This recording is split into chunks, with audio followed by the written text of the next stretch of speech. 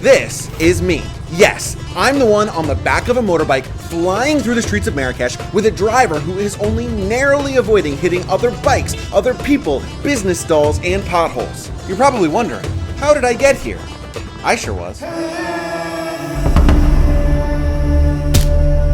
The fact that I even made it to Morocco is amazing when you consider that as recently as September of 2023, Morocco experienced one of the deadliest earthquakes in its entire history, destroying countless buildings and taking well over 1,000 lives, all with an epicenter only 45 miles southwest of Marrakesh. But if there's one thing that I learned about this city and this country, it is that it moves fast. In more ways than one. They have moved fast in their recovery, and they move fast in every other aspect of life as well. And when you visit Marrakesh, you feel this right away. It is a place that will smack you right in the senses in both the best and the worst ways possible. It's not for everyone, but for the right person, it is a thrill ride of a trip. And not just like me on the back of this bike, or like me on the back of this camel, or like me on the top of this mountain. Stick with me because there is a lot you need to know before visiting, including common scams, excursions that are both worth your time, and others that you should probably miss, where to stay, and most importantly, what and where to eat during your visit to the Red City. This is Jason. Jason is a snake. He's also a very good actor and likes to pretend that he's tough in front of the tourists. Bravo, Jason.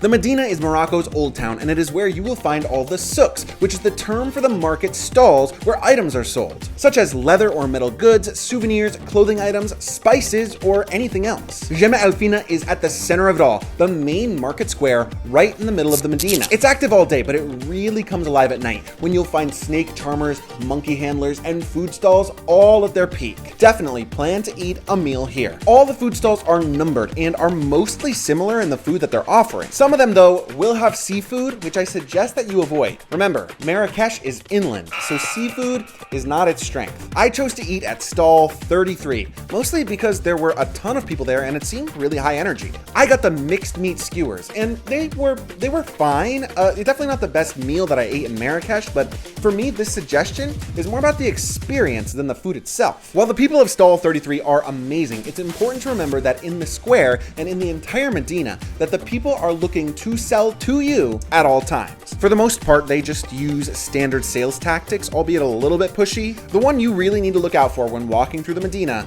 is about the tannery. This is important, okay? Scam alert! Scam alert! As you make your way through town, some locals will try to convince you that you're moving in the wrong direction, even if you're not. These people are not looking out for your best interest. In fact, it's quite the opposite. What they're trying to do is guide you to the tannery, which is a place where they tan cowhide into leather. Now, I was so put off by all of this that I chose to avoid the tannery altogether. Some people say that it is actually an interesting experience to go and see how the leather is made. I wouldn't know. Basically, people will guide you there, and once inside, they will try to sell you things. But even if you choose not to buy, they will still charge you a fee for entering, and the person who brought you there gets a commission for it. I don't like it. It's all very sketchy to me. The whole system takes advantage of the trusting nature of tourists, but it's important to be aware of so that you aren't tricked into going if you don't want to. If you've watched my other videos on this channel, you know that I can talk about food all day long. I was pretty new to Moroccan food, to be honest, and it blew my mind. I had the luxury of visiting so many incredible restaurants in Marrakesh, and I have all the recommendations for you. So make sure that you subscribe to this channel if you haven't done so already, because I'm going to be dropping an entire video soon suggesting my favorite spots to eat in Marrakesh. For now, just know that you are going to want to be scoping out rooftop terraces whenever you can. There are plenty of them across Marrakesh, and it is a unique experience that you will not want to miss. You'll relax and eat some incredible food while keeping some distance from the bustle in the markets below. The best ones will require a reservation in advance, but if you can, try to snag a seat right at sunset. The Medina at dusk is so enchanting. I mean, it truly is like something out of a movie. The most famous dish in Morocco is tagine, which is actually the name of the clay pot that the food is served in. It's usually sheep, meat, or chicken, along with veggies, and prepared basically however the chef wants. Also, a well-prepared couscous is a must-eat while you're in town. It is the national dish of Morocco, and you will find out what makes it so special as soon as you give it a try.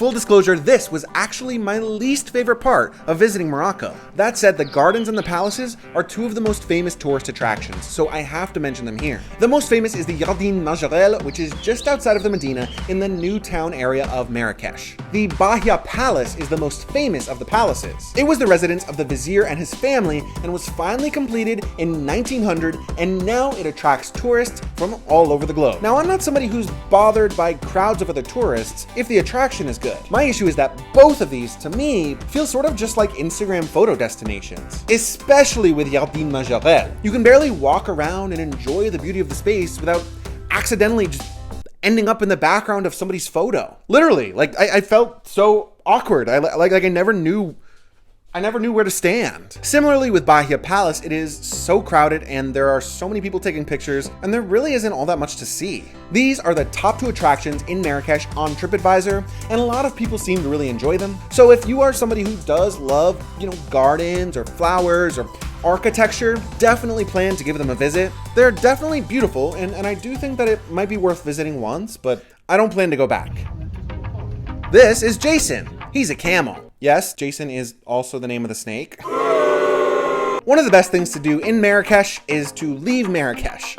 What I mean is that you're going to want to take excursions that get you out of the city and into the more gentle countryside of Morocco. I do think that these are a little bit hit or miss, to be honest. I took a visit to the Agafay Desert, which is really more just like a barren landscape as opposed to a proper desert, to ride a camel. I mean, this looks good on camera, right? It looks cool, makes for a good Instagram photo. It's honestly not that cool. You basically get on a camel and walk around in a small little circle. They dress you up in the local garb, and it is kind of cool now to be able to say that I've ridden a camel, but all in all, this kind of felt like a kiddie ride at an amusement park or a petting zoo. On the other hand, my trip to the Atlas Mountains was great. I highly recommend taking a hike up to the Ouzoued waterfalls through the mountains. The Atlas Mountains are the local mountain range, and they were hit especially hard by the earthquake. They largely house the Berber people, who are indigenous to northern Africa. The waterfall itself was running a little dry, so it was largely unimpressive, but the hike and the view from the mountain was incredible and worth every second. We even had a chance to stop for lunch and eat some tagine from a local restaurant with a gorgeous view of the mountains, and it was one of the highlights of my trip. Plus, there were cute cats asking for food. I gave them food! Up until now, I've never recommended a hotel on this channel, not even once. That's probably because I often stay in budget hotels or even hostels when I want to travel on the cheap. And this is admittedly the only place I've ever stayed in Marrakesh, so my perspective is limited. However, remember that bike ride from the Open? There are 2 brothers who own a riad in Marrakesh called Riad Vista V. A riad was historically a beautiful home in Morocco with a number of rooms in levels overlooking a courtyard. Many of them, like this one, have now been turned into tourist accommodations. Now, I recommend staying in a riad no matter what, because it's the most culturally interesting option, as opposed to just staying in a big chain hotel or a hostel or something like that. But beyond the cultural value and the beauty of the space, the 2 brothers who own Riad Vista V went totally out of their way to make sure that I had a great time, not only in their accommodations, but in the city of Marrakesh as well. Anas and Yusuf are amazing, and in this video, Yusuf is literally driving me all the way across town on his motorbike in the middle of the night just to help me find an ATM. This isn't sponsored in any way. No one asked me to do this. I'm not getting a cut of their bookings. I just think that you will have a great time if you book there. This is Jason. He's a cat. Make it stop! Make it stop! Visiting Morocco was a lot. You will go from seeing a gorgeous sunset, to hearing the sounds of the Islamic prayer calls coming from the mosques, to smelling the spices and the argan oils that are being sold in the stalls, to touching the texture of a handmade carpet, to tasting some of the best food you have ever eaten in your life. And it's all happening all the time. If you're somebody who's easily overstimulated, I have to say you might not have the best time visiting Morocco. It can be a lot, even for somebody who is used to high-octane travel. Even for me, after 5 days, I was ready to go sit down in a quiet room and watch some Netflix. But they were a great 5 days, and it was one of the most enriching and powerful experiences of my travel life. Plan your trip carefully, be aware of scams, and have a game plan, and you will have an absolute blast visiting Marrakesh. I miss Jason already.